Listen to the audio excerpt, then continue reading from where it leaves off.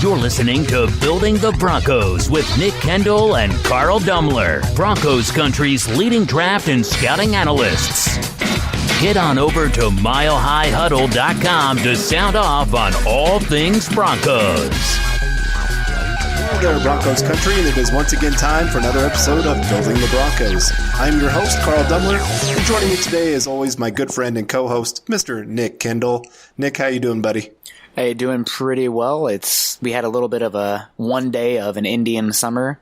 Yesterday, unfortunately, I was stuck in the office, so I didn't really get to enjoy it, but we're back to cold temperatures, and you know what, I don't mind it too much, but it's starting to feel like the end of football season is around the corner, which makes me a little bit sad. This upcoming Saturday is Iowa's last home game, so, you know, it comes and goes, we wait for it all year, and then boom, it's over. So going to try to live in the moment. I know the Broncos haven't been that great this year, and they're kind of frustrating to watch from time to time, but gosh darn it, I'm going to miss them when they're gone. So just, trying to, carpe diem the rest of this football season.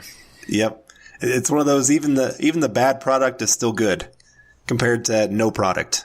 Yeah. So you're right. I'm going to definitely miss it when it's done, but at least we got a few more weeks, and then at least January and February, you got all the draft stuff and free agency and some stuff going on there. So, I mean, at least that part is pretty nice. It's that April to June or July that really get kind of wonky there being a football fan. But no, I'm with you. I'm trying to enjoy it as well.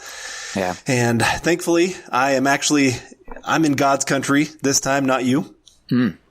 I'm in Colorado Springs recording this one. So, right now I'm actually looking out, seeing the mountains and enjoying that. I'm sorry. Got to make you a little jealous since I got to see all those pictures of you in the mountains.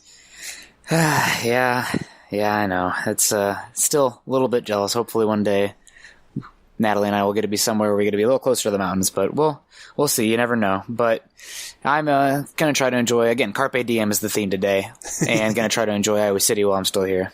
There you go. Got to enjoy Iowa while you got it. Yep. I missed Kansas when I was gone, and I miss Seattle now that I'm gone from there. But anyway, back to football. We got a lot to cover. Got a big game coming up here this Sunday against the Buffalo Bills. So we want to make sure that you can find us on Twitter because we're going to be tweeting a lot about the game. I know you even tweeted some stats today on some different players for the Broncos. So you can find me at Carl Dumler MHH and Nick at Nick Kendell MHH. And you can follow the podcast Twitter account at BTB Football Pod. And make sure you subscribe to our show and leave us a rating as we value your input. You can find the show on iTunes, Stitcher, and even that of YouTube. Also make sure you head on over to milehighhuddle.com, a new affiliate of the Maven Coalition and Sports Illustrated. Also know that this podcast is powered by Overtime Media. This is the Overtime Podcast Network. All right, and welcome back to Building the Broncos as we get ready to discuss the preview episode of the Bills game coming up. One of the teams the Broncos have really struggled with. I don't know what it is about Buffalo, but it seems like even when the Broncos are the better team, Buffalo finds a way to win. I think I read somewhere the Broncos have lost the last 5 games against Buffalo. How many of those have been in Buffalo? Because I feel like it's been mostly in Buffalo, and typically, you kind of see it rotate, but because the Broncos have matched up with them this time because they both finished third place in the division last season, that they have to go back to Buffalo. I can't even remember the last time Buffalo played in Denver. Yeah, it seems like it's been a while, and it always seems to be the noon start time. Yeah. So, well, there's a lot of things that set up against the Broncos to come play Buffalo, but it just does seem like the Broncos find ways not only to lose, but lose bad. Yeah, frustratingly. Was it, I think, the 2016 season where the Broncos had that huge win against Dallas where nobody gave them a chance? Yeah. And then the next week, everybody's high on the Broncos and they go to Buffalo and get smoked. Yeah, so here I got their last few meetings. They've only played 3 times in the, I guess we'll call it this decade. And you had the Broncos in 2011. They went to Buffalo, got absolutely smashed. 40-14. The Bills beat the Broncos. And the Broncos actually did win the last time they played in Denver. The Broncos won that 24-17. And then the Broncos, if you recall, the last time they lost 26-16. They were playing pretty well that season to start. VJ's first year, 2017, excuse me. And that was the game where Von Miller, reached his hand out to Tyrod Taylor and whoop, pulled it away and got the flag. Yeah. That was so stupid. It was dumb for a flag. League. They're just teasing. I mean, I don't even know. Even Tyrod was like, I don't know why you got a penalty there, but no. But actually, I want to bring it back. One more thing: the game that was the 2014 game will forever be a warm place in my heart because that won me a fantasy football league. C.J. Anderson ran 21 times for 58 yards, had 3 touchdowns though. That was when the Broncos finally they're like, you know what, Peyton Manning's arm is kind of falling off, folks. So we better, you know what we need to do? Just run the damn football. Peyton had 14 for 20 that week, but 2 interceptions, so not great. So that's, a little trip down memory lane there for these 2 matchups here. Okay, well, talking about a team that likes to run the football, yeah, you're looking at the Buffalo Bills. See, good turn there. But no, they are a team that is 8th in rushing this year, 128.7 yards, 7th in yards per carry, and 9th in attempts per game at 28. So this is going to be a healthy dose of strength on strength. Broncos run defense against the Bills run offense, and it's not just their running backs. I mean, Singletary's really came on here recently. They got Frank Gore, who seems to be the most ageless back of all time, other than, I guess Adrian Peterson might give him a run for his money. Yeah. But beyond those couple guys, but no, this is really going to be a game of kind of ball control. If you can take the under, this is probably a game that you take the under because it's going to be low scoring. It's supposed to be cold. It's supposed to be windy. I really do see this being a low scoring game, but now also then that means if their run game is what they really lean on, their pass game has not been great. And I just had this conversation with somebody earlier. When you look at the quarterbacks drafted in 2018 that have been successful, at least winning wise, what they've both been able to do is not only run the football themselves, but have a team that's committed to running the football and taking the ball out of their hands. And Lamar Jackson and Josh Allen.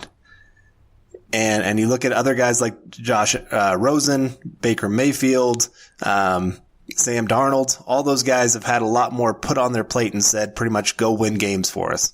It's almost like the landing spot matters a lot for a young quarterback. What? I know. When have we ever said that? Yeah. I mean, it's not the end-all be-all, but there's always it's the chicken or egg question. Is it the quarterback themselves, or is it the situation they land in? Obviously, the truth lies somewhere in the middle, but to what extent? Right. Well, you look at all the top successful quarterbacks. Tom Brady, I think we've talked about this a little bit before, but we'll talk about it here. I mean, he had a top 10 run game, top 10 defense when he first came into the league. Yep. Russell Wilson. Now, he made some plays when they absolutely needed somebody to make a play. But, of course, Marshawn Lynch was that offense to start off with. And, of course, they had the Legion of Boom, or Legion... Is it Legion of Boom? Yeah, You're okay. Right, yeah. All of a sudden I was thinking Legion of Doom, and I'm like, that's not right. You blocked it out. I don't blame you. Yeah. But no, so they had other things around them that took pressure off them as a quarterback to start off and kind of eased them into the league. Didn't expect them to go out there and win everything. There's not very only few that, quarterbacks. but I would add onto that stability in both coaching staff and scheme. Right. It's these teams that are constantly firing, changing their schemes, don't know who they want to be, where these quarterbacks really tend to flame out. And that tends to be the case. I mean, you already see Josh Rosen traded to 2 teams, the one worse than the other. Although the Dolphins actually have won some games. I'm pretty impressed with their head coach. And then you have Sam Darnold. I mean, terrible there. And then you obviously have Lamar Jackson, John Harbaugh. It's either him or Kyle Shanahan for Coach of the Year, and what the Ravens have done to build a totally different offense around Lamar and maximize his strengths has been amazing. I mean, he's obviously playing incredible football, but hat tip to the coaching staff in the front office as well. And then the Bills. I mean, Sean McDermott and Billy Beane, about as good as a head coach front office GM pairing as I can think of in the AFC right now, outside of obviously, Bill Belichick as both of them, and I think the Colts as well. But I mean, it's that stability matters so much. It does. It really does. And so you're seeing a quarterback in Josh Allen that they're able to win games with his game and play to his strengths. And I mean, he's not really ever been the most accurate quarterback or the most consistent quarterback. But he can run the football. He can pick up the short yardage plays, things like that. And so even though they're not scoring a ton of points, they're still controlling the flow of the game with that run game, with his threat of being able to take off. his ability to escape pressure, all those kind of things. And so, I mean, when you're looking at these stats, these are raw stats, but I don't think it gives the full picture of what's exactly going on. And so, such as they are 20th in points scored at 20.1, but they're a team that wins ugly. It's kind of what the Broncos are trying to do right now. They're just doing it better. And they're 19th in yards per game. They're 20th in third down conversion rate. They're 22nd in quarterback rating, which is actually one worse than what the Broncos have been this year. I do think that maybe perhaps for Josh Allen, and I don't love this formula, but I think maybe QBR would be a better indicator because quarterback rating does not take into account, passer rating, quarterback rating does not take into account runs, where QBR does. Am I correct in that? You don't have QBR, this is quarterback rating? I don't have QBR up. Okay. But I'm just, he really reminds me, I'm the worst, I'm cutting you off, but he really reminds me of a lesser version of Cam Newton coming out. He's a big athlete, incredible arm, can do things and make guys miss, but that general accuracy and the decision making is just totally high variance. And obviously Cam was a better passer. I think Cam was a better athlete as well. But that's kind of that's the mold here with a guy like Josh Allen. And I mean, it makes sense. I mean, with Billy Beane coming over from the Panthers over to the Bills, that's the mold. So great defense, hard, tough nose, downfield passing, run the ball, and grind out wins. And it's working for him. I mean, easy schedule, but you can only play the teams in front of you. So Josh Allen is ranked 26th in QBR. Ooh. Well, that's surprising. I thought he'd be better considering, I mean, he has an incredible amount of rushing touchdowns this year. We'll get to that a little bit, but that offensive red zone package, just because he is such a strong, dynamic runner, the QB power is overwhelming sometimes. You want to guess where they have Joe Flacco? You know what? Let's go 28th. 19th. Well, ESPN, how about you release the QBR so that way we can pick apart what's going on here instead of proprietary knowledge. Right. But no, so that just kind of gives you a little glimpse into what their offense is. They are, like I said, just a run-heavy team they're built for this time of year when it starts getting cold. And Josh Allen fits perfect into that mold of being able to play in the cold weather. I mean, he did it up in Montana.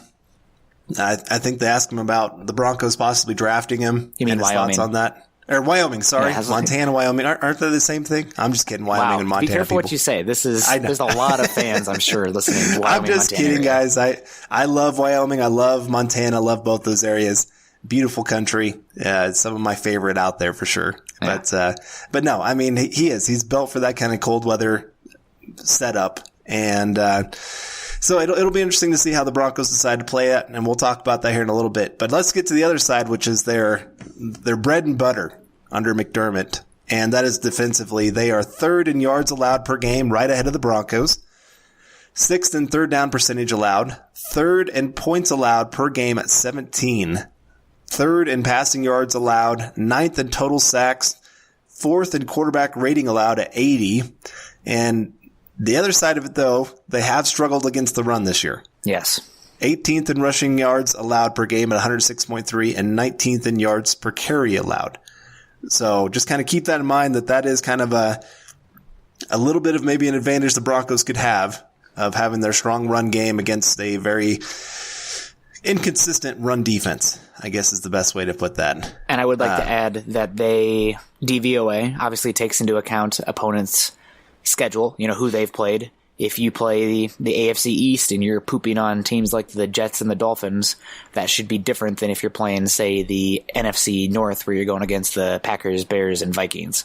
So they have the 9th rated pass defense according to DVOA, only the 14th rated overall, which is surprising because, this is a team that's prided itself on defense. But as you said, the run defense, suspect, 27th overall in run defense so far this season. So watch for that. Right. Well, and you look at their wins this year, their probably highest quality win was against the Titans. Yeah. And, the Broncos beat the Titans, and the Broncos beat the Titans by more points. Obliterated. And so you look at, they've beat the Redskins, the Dolphins twice, the Bengals, the Giants, and the Jets. So all teams that are actually worse than the Broncos. There might not have been an easier schedule so far, but their losses are to the Browns, the Eagles, and of course the Patriots. So just kind of, but even in their losses though, all of them have actually been close except for one against the Eagles. Yeah, they played the Patriots very close. I think it came down to the last play of the game, if not darn close. So it's one of those teams. They're beating the teams they should. They're losing to the teams they should. But it's, I mean, it just shows you how close everything is in the NFL, actually. Right. And then one big stat that I just want to kind of point towards here that the Broncos maybe could really take advantage of just because they have players that are pretty good at this. The Buffalo Bills have been actually one of the worst tackling teams in football this year. They have 90 missed tackles on the season so far. Wow. And so, again, this is part of why their run defense has been so terrible. I just watched the Washington Redskins game against them earlier today. And that was... I'm sorry. Ugh. Yeah, a bad game to watch. But, I mean, it's still... If the Redskins could put some scores in the end zone, that would have been a much better game. But, I mean, Adrian Peterson, there's a lot of plays where it looked like they had him in the backfield. And all of a sudden, Adrian Peterson would gash him for 20, 30 yards. And so, again, just kind of a team that has their weaknesses. They do tighten up when it gets to the red zone. I mean, again, they're not allowing a ton of points and not a ton of yards, but they've also not played a whole lot of great offenses either. So just kind of, I mean, they've got an interesting picture on the season, I would say. They're just kind of they've taken advantage of their schedule. They've won the games, like you said, that they should have won. Where that's kind of an issue the Broncos have had this year of losing some of the games that they maybe should have won. So just some little differences here and why I think this game could be really close this time. But any other stats that really stick out to you? Nothing off the top of my head other than this is a team that has a good record, and they're an East Coast team, so I think the Broncos probably walking into some issues here. But that said, man, it could go either way. The Broncos, you like to hear about this team having the dinner meeting with Von Miller. I think this Bills team is not as good as their record, but at the same time, it's just a lot going against the Broncos there. And obviously, I want to bring up the injury reports as well. I mean, you have the Bills. They have some injuries. Nothing too crazy. They're not missing anybody outstanding, but Frank Gore did not participate last week. Jerry Hughes did not participate at all this week. He has a groin injury. He might not go. Saran Neal has concussion. He hasn't participated the last 2 days. And Jordan Phillips, their big, really talented nose tackle. I think he was a very high second-round pick for the Dolphins. They kind of evicted him, and he's been playing really well up in Buffalo, actually. He's going to free agent this year. Maybe somebody the Broncos will look at, but he hasn't played as well. So they're a little bit dinged up, but the Broncos, I mean, I'm concerned with the interior offensive line. You have Connor McGovern. I think he was on the list. I know Leary is injured, and Reisner's been in a boot. So that interior offensive line with the strength of this Bills defense, which is up the middle, despite what the run defense says, talent-wise, I think up the middle, their defensive tackles are pretty darn good, and that concerns me. For sure. I mean, it's kind of funny that the week Juwan James might be coming back is when we lose pretty much the entire interior offensive line. So it could get very interesting to see how this all plays out, and Wilkinson might get another start, just not at right tackle. So the offensive line is definitely going to be something to keep an eye on with that many guys possibly injured. And even if they do play, how good can they play? I mean, Reisner with a beat up foot, how good is he? We'll get I guess we're fixing to find out, as they like to say. But it is. It's kind of a battle of the two injured teams. I mean, you're getting to this time of year where you're going to have a lot more injuries, and I mean, you can't blame losses on an injury, but it's still something to keep an eye on for sure. Is you can't, if half your starting offensive line or even just half your starting team is injured, it's definitely going to affect your team.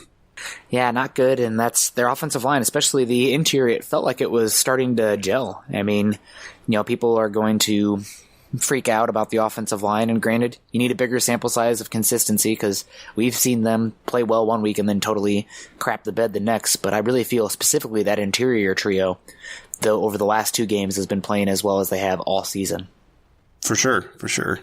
All right, well, we should probably take a quick break. Folks, we will be right back. Don't go anywhere. This is the Overtime Podcast Network. All right, and we are back on the Building the Broncos podcast. I am Nick Kendell along with Carl Dumler. Carl, it's time for a segment where we do our best to scheme up the Broncos and give them the best chance. What we would do if we were, calling the shots. Today I get to be Rick Scangarello's so the Broncos offense versus the Buffalo Bills defense. I'll tell you the first thing I'm doing is not calling a tight end around. That's one of these days it's going to work, and he's going to feel so good about himself. And I was writing today, I did a little bit about the young offensive nucleus this team has emerging, and looking at Noah Fant's combine numbers, there's a reason they keep trying to give it to him. It's just, it hasn't worked yet. You can blame Cortland Sutton. Last week, he didn't actually carry a block that well. Elijah Wilkinson has missed a couple times, and, some pretty good defensive reads. But one of these times they're going to get that play, and not only, will it work, but another time they'll show that motion, and it's going to lead to something else big. So, people question it when it doesn't work out, but I tip my hat just a little bit.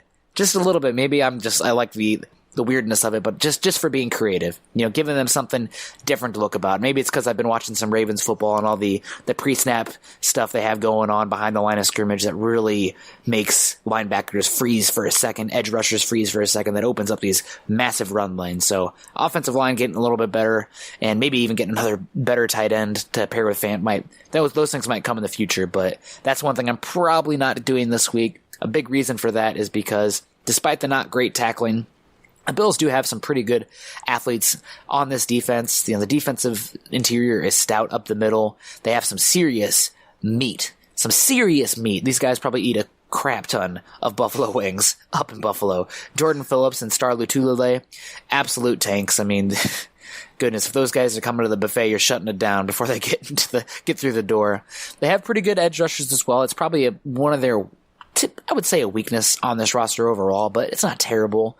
Trent Murphy, Jerry Hughes, if he does play, and Shaq Lawson, a former first-round pick who really hasn't lived up to it. And also they have pretty good interior rotation, but the guy that I'm a big fan of, we talked about a lot this last season, Ed Oliver. A lot of flashes this season. Hasn't been the dominant strokes that we've seen from, even in a short sample size, Jeffrey Simmons, but he's been better than Quinnen Williams, who's been struggling a little bit this season. So interesting to follow there. Keeping it, we're going to the next level here. Obviously, the main star here, Matt Milano, is a solid player at the linebacker. Lorenzo Alexander has been there for a bit, but Tremaine Edmonds, this dude is just, he's so long. Everybody remembers the Bills traded up for Josh Allen 2 drafts ago, but they also traded up for Tremaine Edmonds, and last season he was the youngest player in the entire NFL, 6'5", 250 pounds, and still a little bit raw, but man, a tremendous athlete. Does need to get a little bit better with his tackling technique, but because he is so long, he can clog so many lanes, and he can trip running backs up many times when they think they're about to get away. The secondary, it starts with the safeties. Jordan Poyer, Micah Hyde, one of the better safety duos in the league. They signed those guys the same season, brought them in, and they've been really good. You got to love the versatility, the physicality they bring. The secondary, outside of that, Tre'Davious White, first-round pick in 2017, been one of the better cornerbacks in the league over his rookie contract. Another guy who's making the case for DBU for LSU. It's between Ohio State, Louisiana State, and Florida State for my money. Alabama coming up there too, but Tre'Davious White's been a really good player. I cannot wait to watch that matchup with Cortland Sutton. Other than that, though, I don't really love their cornerback depth. Levi Wallace, he's okay. Kevin Johnson, meh. Teron Johnson, meh. So despite what they're saying about the pass being good, just on paper, it doesn't look as good out there besides Tre'Davious White and those safeties, which help cover a lot. So what am I doing to attack this team? Obviously, it's got to start with a run game. Broncos are going on the road. You have a quarterback who's still pretty young, a guy who struggled tremendously in the second half last week. So I'm going to be running the football. I'm going to be trying to get these running backs in space quickly, more so running it behind the tackles, the outside edge, not only to combat the beef that the Bills have on the interior, but because the Broncos' interior offensive line is a little bit dinged up. And also, I'm letting my playmakers make plays. Obviously, Tre'Davious White versus Cortland Sutton, a massive matchup. Tremaine Edmonds versus Noah Fant, a massive matchup, and the tight and the safety duo. But again, I really think this offense, they're not trying to get too cute. And, well, I guess they are trying to get too cute talking about the end arounds. But the thing that I've really liked in the Brandon Allen era to date is they're not, trying to divvy up things too crazy.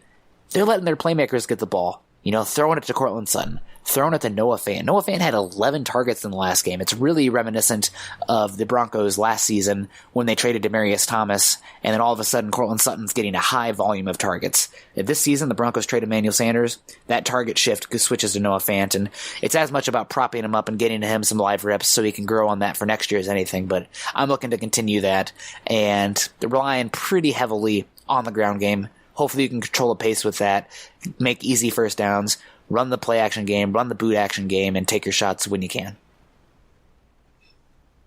I like it. Yeah. Very, very, very good work, man. Thank you. Scangarello would be proud. And 3 tight end arounds, but this time we're going to use Orson Charles. No, I'm just kidding.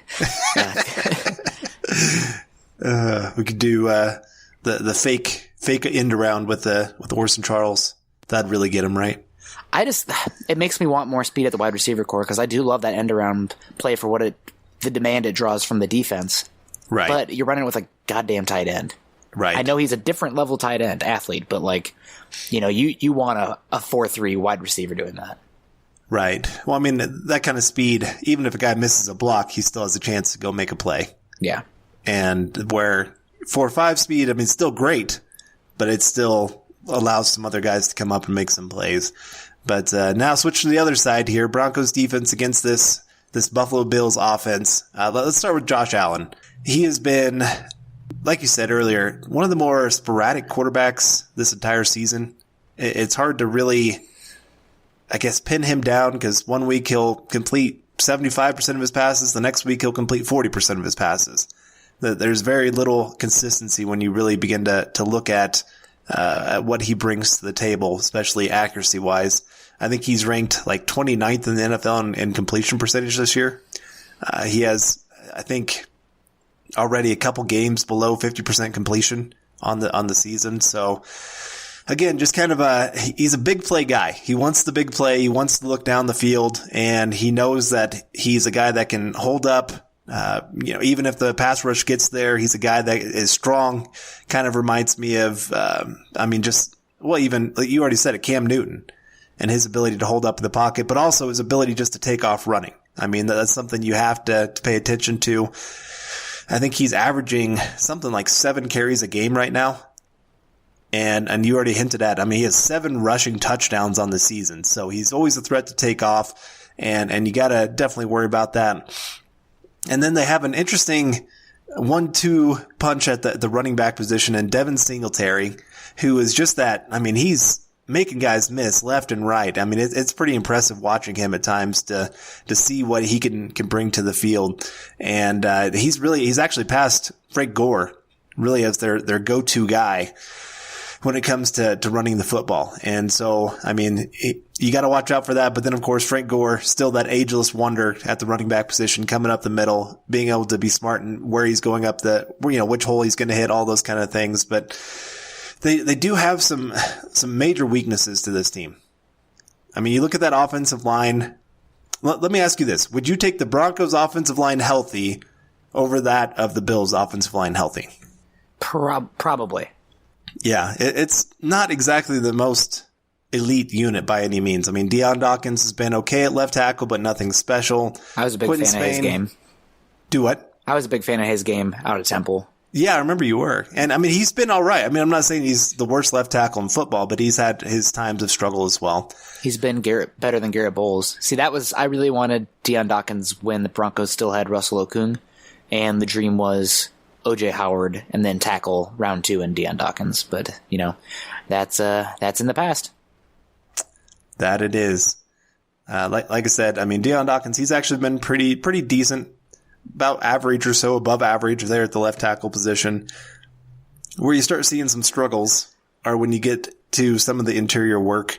Yeah. Quentin Spain has been okay, but nothing absolutely outstanding by any means. John Feliciano, not great. And Mitch Morse, I mean, he's been decent, but nothing special again, just kind of pretty average guys across the board for him. And Cody Ford, their rookie, we're going to talk about him here in a little bit. He's been a huge weakness for them, so this could be a big week for Von Miller coming off the edge. But I mean, again, you're going to have to rush a little bit different just because of Josh Allen being on this team. And then you look at their weapons. Cole Beasley has been very good for them out of the slot position. They have actually used Isaiah McKenzie to his strengths quite a bit. They're not asking him to go out there and catch a lot of passes, but you were talking about that speed coming around the edge. They've definitely had that in their arsenal this year. And then John Brown, a guy that many thought might be coming to Denver with Joe Flacco, ended up there in Buffalo and has been pretty decent. They're going deep for them this season, but overall, it really is a pretty average offense if you look at them. And like I said, it is very much geared towards, we want to run it down your throats. We are going to control the clock. We're going to control the flow of the game. We're going to control field position, all those kind of things. And we're going to make you have to go out there and make quite a few plays to beat our defense. And so it is, like I said, going to probably be a slugfest in the trenches. And this is one where I think, like most teams have played Buffalo this year, you're loading up the box. You're trying to stop the run as much as you can. You're telling your edges to make sure to play some contain, because Josh Allen gets to the edges. That's when big plays happen for him. Yeah. Very few of their big plays are actually what I would call within the framework of the actual play. It's more him breaking out, making somebody miss, and then throwing down the field. Yeah, no, I'm in agreement with you there. Just their run game is a little bit tricky because of that quarterback power option. I mean, obviously you have some decent running backs there. Obviously the rookie has been the go-to guy as of late, but you have Isaiah McKenzie with that pre-snap motion. They fake it to him. They could give it to him. They could pitch it to him, a shovel pass. Then you have the running back, and if all that fails, then you have Josh Allen. So really, I mean, the Broncos' run defense post Jacksonville game has been really good. It's actually rated higher than their pass defense now, according to DVOA. Probably a big bump from doing so well against Dalvin Cook. But you have to play disciplined when you have so many different options. It's not a wishbone type of offense or anything. It's not the triple option, but still you have just so much window dressing, as they call it. You have to stay disciplined, do your job, otherwise they can gash you. The guy I do want to point out, you didn't talk about him too much, but he's getting just a massive heaping of targets this season, considering it's such a low volume pass offense. John Brown has been playing very well, and I know that because I lost last week in fantasy because of him, and I was a little bit upset about it. But the last 4 games, his target loads, 8 targets, 5 receptions against the Eagles, 7 targets, 4 receptions, 76 yards against the Skins, 11 targets, 5 receptions for 77 yards against the Browns, and then last week against Miami, it is Miami, but still, 14 targets, 9 receptions, 137 yards, and 2 touchdowns. And his yards per target, they're up. A lot of them are over, for a lot of games, is over 12 yards. So, man, I'm a little bit concerned with John Brown because Chris Harris Jr. has not been playing the best football, especially against some of those speedier guys. And, last week people are pointing at the safeties for messing up that long touchdown pass, but Chris Harris has not been playing top 10 level cornerback play this season. And John Brown, he is an absolute speed demon. So I'm curious to see how this matchup plays, because the Broncos, there's going to have to be a little bit of, give and take here, because you either play a little bit safer because you don't want to give up the big pass and keep those safeties back, or you're coming down because that run game is going to be so constant and so physical that you have to bring the safeties down to help fill gaps. So, I mean, that's why you get a guy like John Brown to pair with an arm like Josh Allen, the run threat that he has. But it's just, that concerns me pretty greatly. Right. And you're right. And the Broncos definitely need to keep that in mind. It's why I would guess that they're probably going to play quite a bit of single high safety. They're going to have Kareem Jackson coming down in the box, helping with the run game, and telling Justin Simmons probably to shadow John Brown's side. I mean, I'm going to guess that they're going to have some other guys trying to go deep as well to get some passes. I mean, Isaiah McKenzie can go deep. He hasn't done it a whole lot this year. He does have a long of 46, but just more of that threat. Dawson Knox is a decent athlete there at the tight end position, so somebody you got to keep an eye on. But Cole Beasley, I mean, he's not your deep threat per se. He's more that true slot guy that you want to work over the middle. Move the chains. Right. Those third down kind of guys. So, I mean, you don't have to worry about him going deep a whole lot, but no, for me, I am probably selling out to stop the run. I'm going to bank on Josh Allen not going out there having the best game ever. Yeah. I mean, because you are pretty much saying he has to go out there and have 3 or 4 big plays where he hits a receiver just right.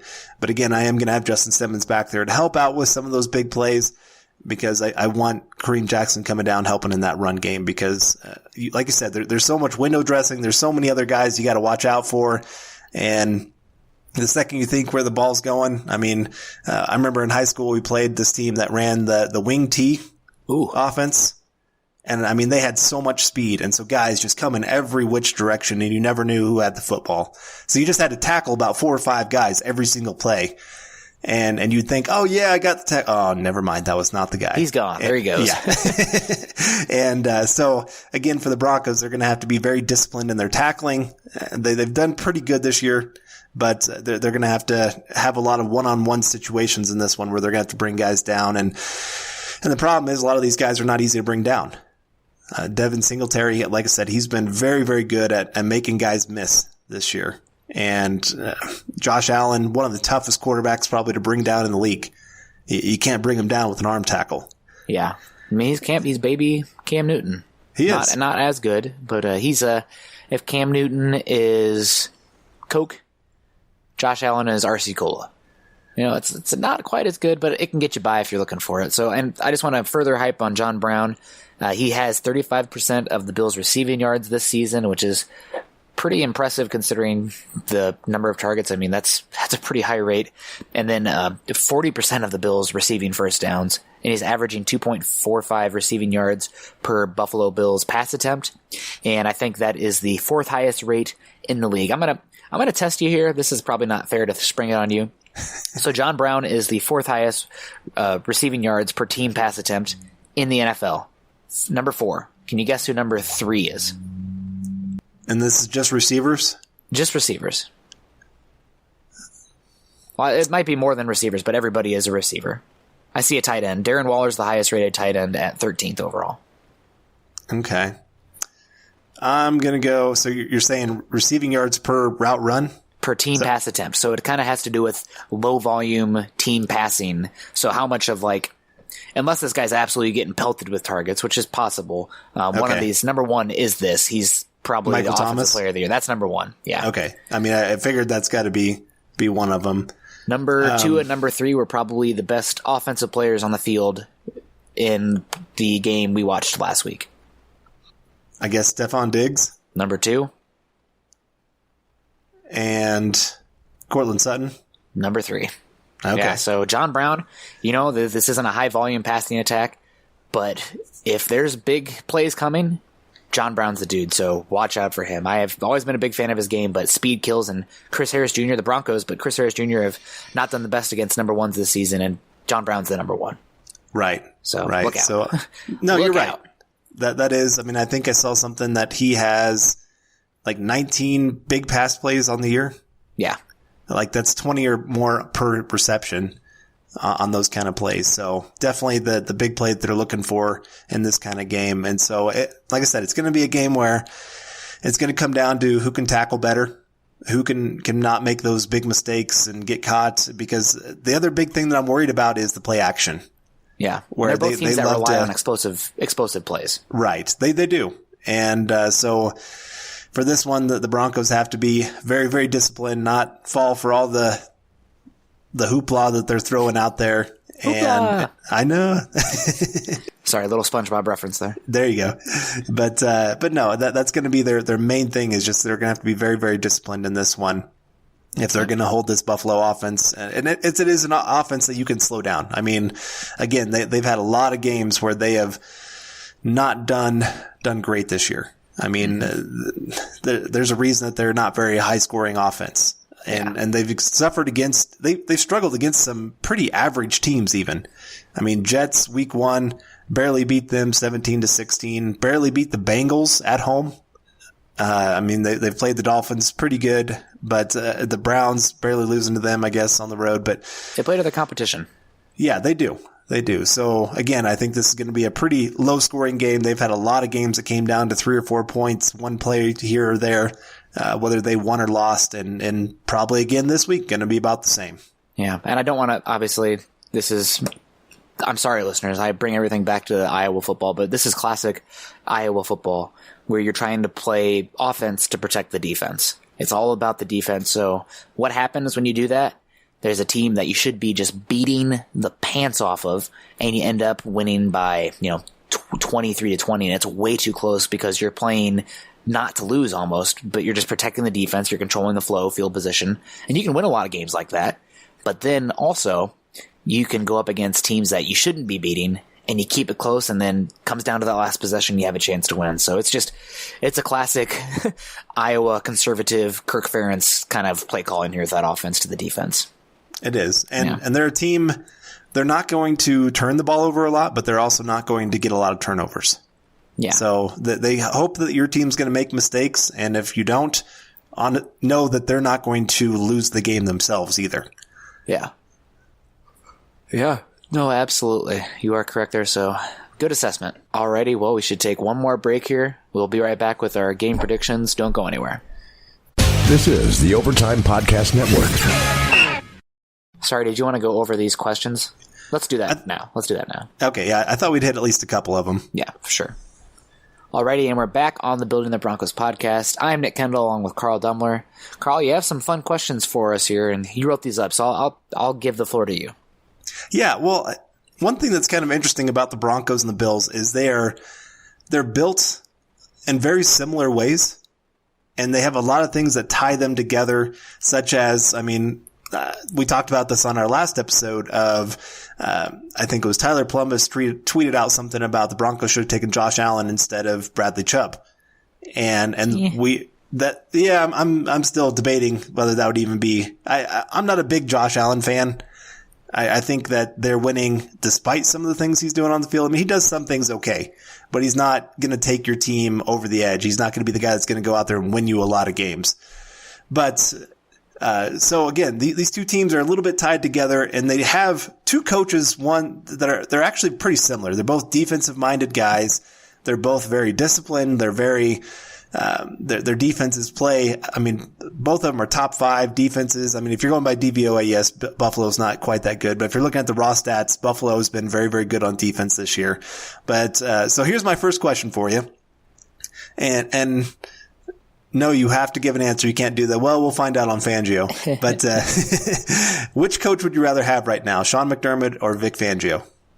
I'd probably go with Sean McDermott. It's just sample size here. Vic Fangio, I feel like Broncos are heading in the right direction with this team, but is Vic Fangio more of that John Fox guy where he's going to come in and help build a culture in a locker room and give the team stability in direction, or can he take them, to that next level? So we'll find out with that. But I really like McDermott. I like the direction. I've got to speak with him a couple times at the combine. I'm a big fan of his game, and I really like the tandem of him and Billy Beane. So as, not anti-Bronco, but not pro-Bronco as this is, I'd probably go with McDermott. Okay.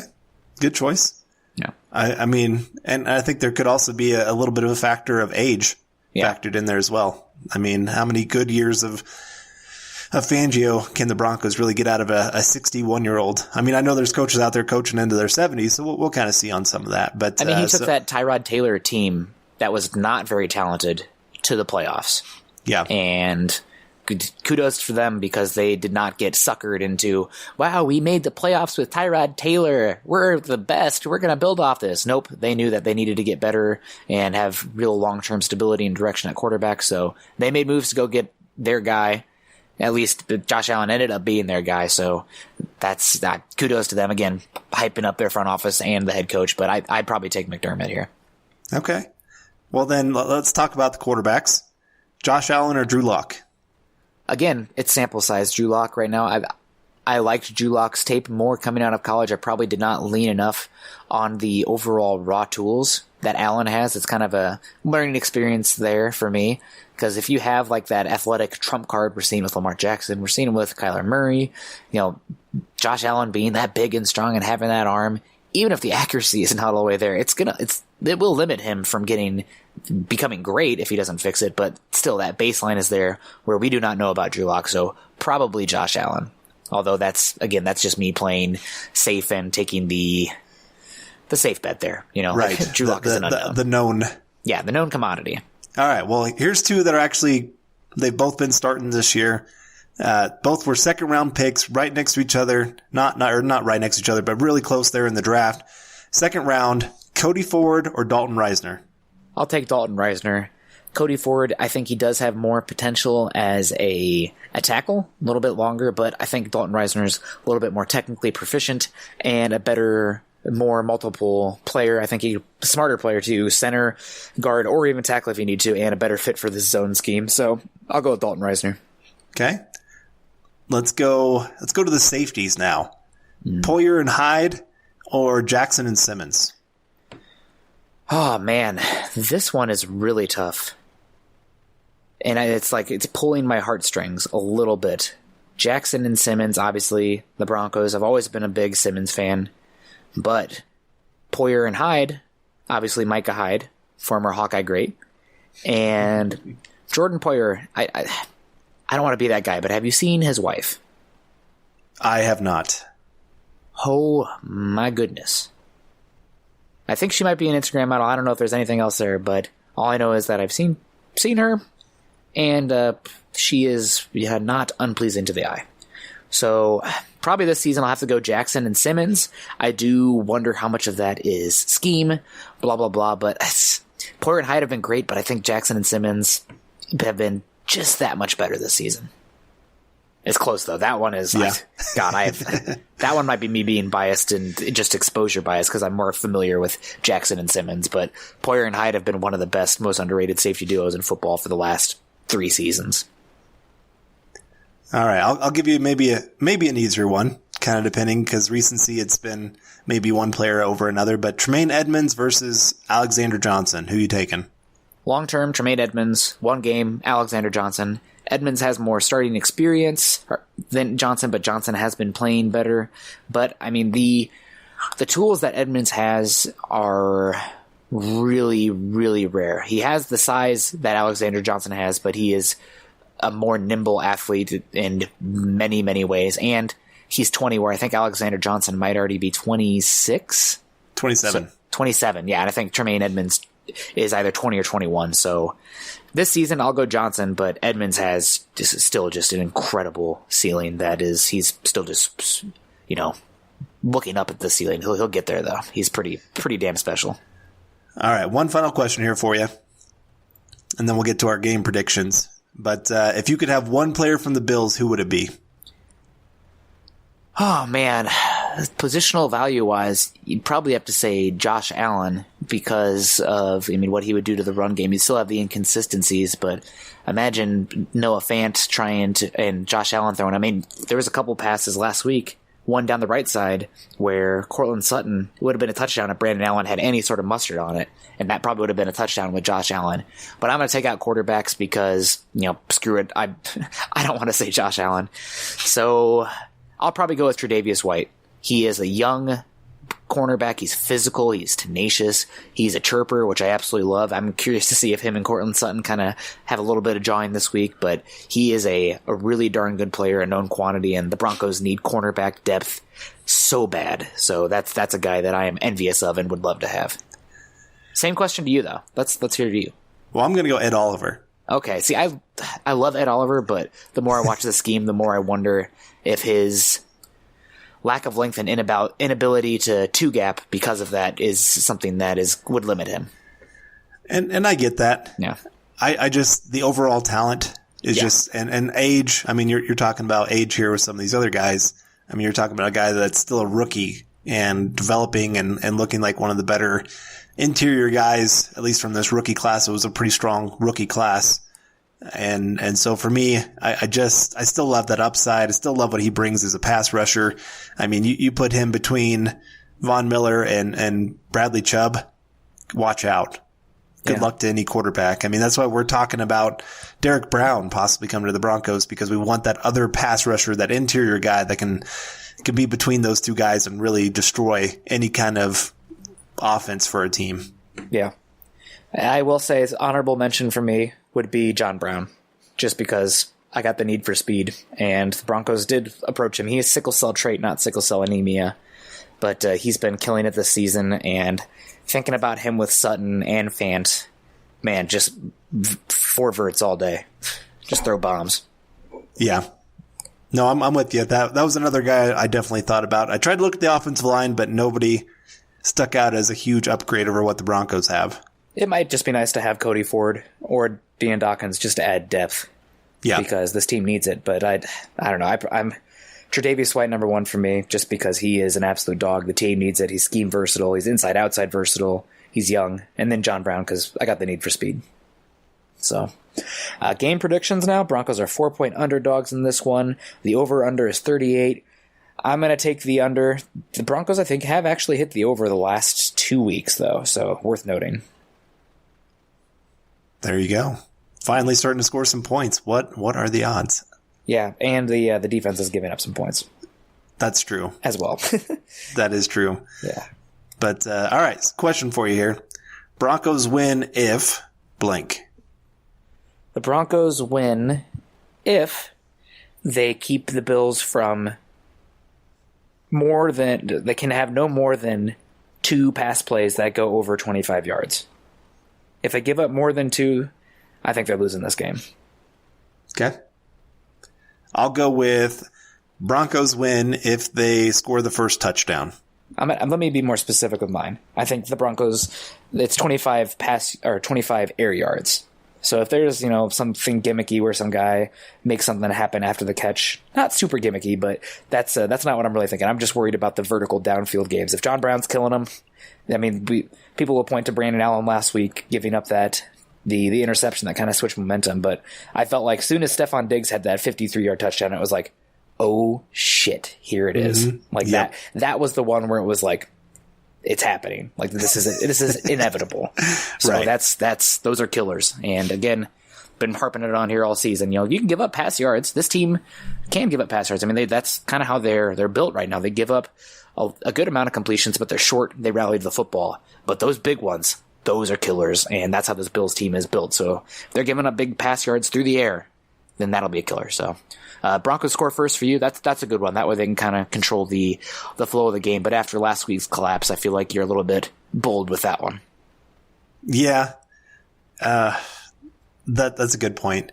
But I mean, I guess I missed on last week's too. I said if they could contain Dalvin Cook to under 93 yards, and they did that, but I didn't expect the pass defense to implode like that. That was just, I don't even know what happened there. Hat tip to Kirk Cousins and Gary Kubiak and the Wizinski, the offensive coordinator for the Vikings. They did a great job, halftime adjustments, and came out and attacked. I mean, you don't score 4 touchdowns in a row without doing something good on your end.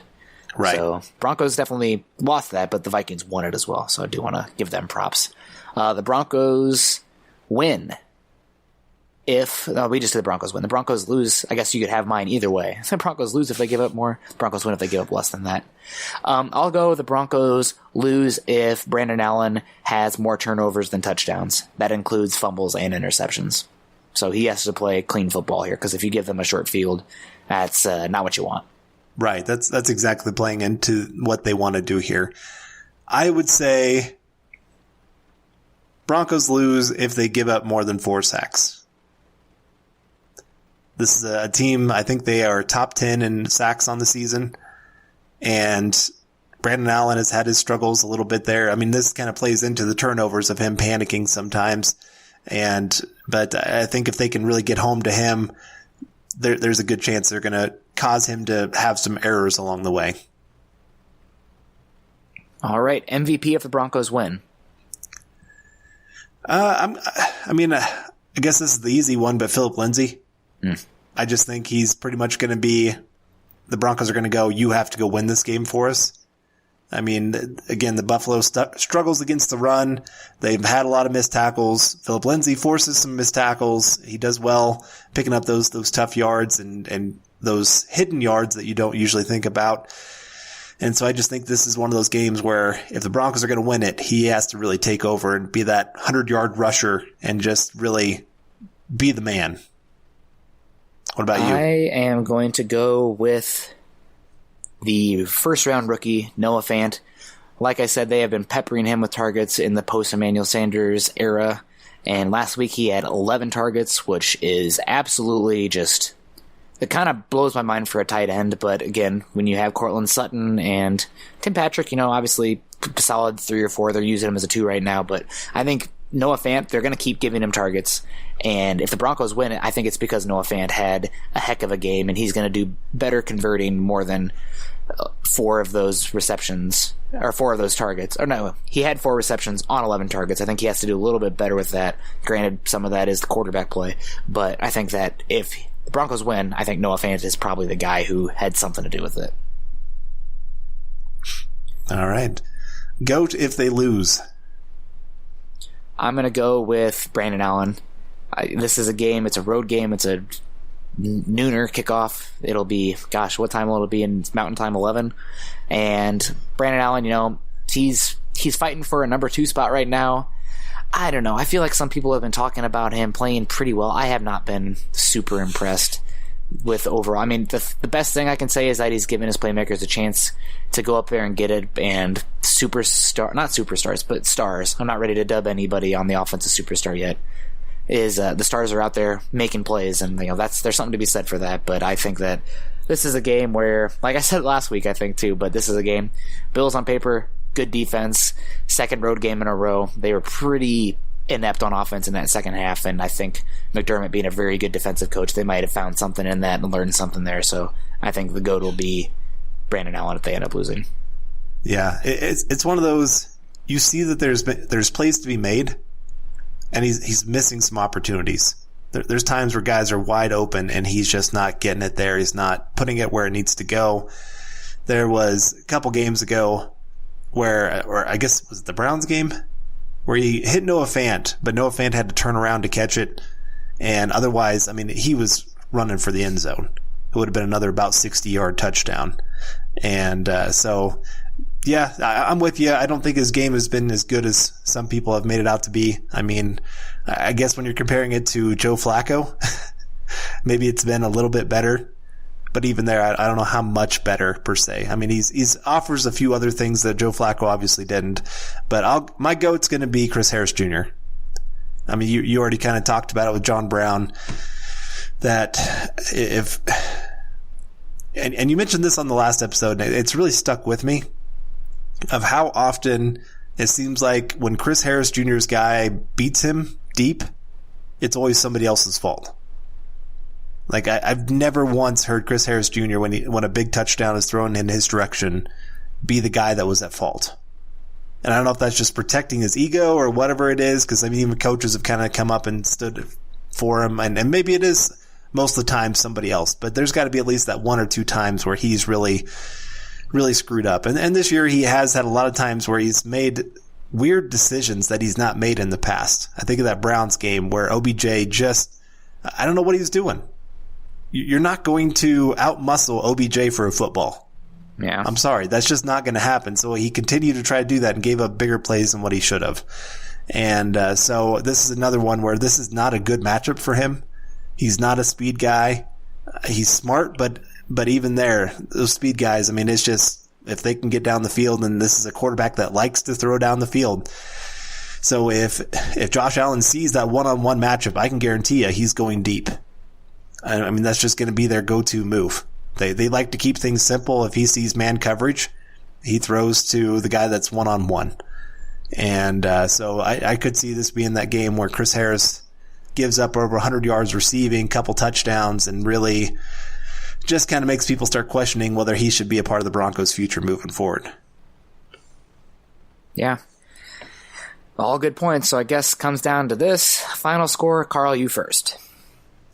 I'm going to go 19-16. Buffalo wins. Broncos cover the spread once again, but tight game in Buffalo. I think McManus maybe misses another field goal that could have tied it. And I just think Buffalo just has too many things going in their direction for this one. I see them coming out on top. What about you? I'm going to go the Broncos lose 21-20. I think it's going to be an okay game. I think the Broncos will move the ball a little bit, but in the end, it's probably going to come down to another close but no cigar kind of game, which, you know, it hurts in the moment, but in the grand scheme of things, you know, you can find the positives in it. Maybe it'll push us closer to the Drew Lock era and push the Broncos a little bit further up the draft board in a season that is, you know, you're not fighting for the playoffs anymore. It's about getting these young guys ready for 2020 in all actuality. And a lot of these guys are fighting for future paychecks, but we're talking about for the Broncos specifically. So right. I loved your tweet earlier today about the Raiders. Yeah. That win at the end of the season against the Broncos cost them Nick Bosa. Yeah, and they took Clelin Ferrell. I mean, if they had taken Josh Allen or Brian Burns, you know, it's like, okay, well, whatever. You're missing the best young edge rusher in football. No offense to Bradley Chubb, but Nick Bosa's, I mean, he's showing it already. He's a different level, a different tier. Right. But, man, I am blessed with that. And another one, I mean, I think Andrew Mason talks about it often. It was the 1989 draft. The Bucs won the last game of the season, and they dropped from the 3rd pick in the draft to the 7th. And they missed out. The 3 picks that went before them were Barry Sanders, Derek Thomas, and did I say Barry Sanders? Deion Sanders then. So Deion Sanders, Derek Brooks, and Barry Sanders. And they ended up taking a guy who lasted like 2 years in the league. So don't say draft position doesn't matter, because it does. That it does. I mean, like you said, they took Broderick Thomas. Is that right? Yes. I believe so. And yeah, definitely not good. So, I mean, you got to look for the positives, and it's not all bad when the Broncos lose, but it's not all good either. So, just kind of one of those seasons where you're finding little things here and there to celebrate, and other things to sit there and say, well, hopefully it's better next year. Yep, exactly. Young guys, keep improving. Guys you want to stick around, keep improving. And, you know, losing these heartbreakers, they suck in the moment, but I think the Broncos are bound for some major regression next season. You know, you can't keep losing games like this without a little bit of a bounce back coming in the future. So that's going to wrap up today's episode of Building the Broncos, powered by Overtime Media. You can find Carl on Twitter at Carl Dumler MHH and myself at Nick Kendell MHH. Make sure you head on over to Mile High Huddle, an affiliate of the Maven Coalition and Sports Illustrated. You can follow the Building the Broncos podcast and all our other great audio content by subscribing to the Huddle Up podcast wherever you listen to your shows. You can follow us on Twitter at Mile High Huddle and at BTB Football Pod. For Carl, I'm Nick, wrapping up another episode of the Building the Broncos podcast. We hope you guys enjoyed it, and we'll see you soon. Go Broncos. You've been listening to Building the Broncos. Join Broncos Country's deep divers at milehighhuddle.com to keep the conversation going.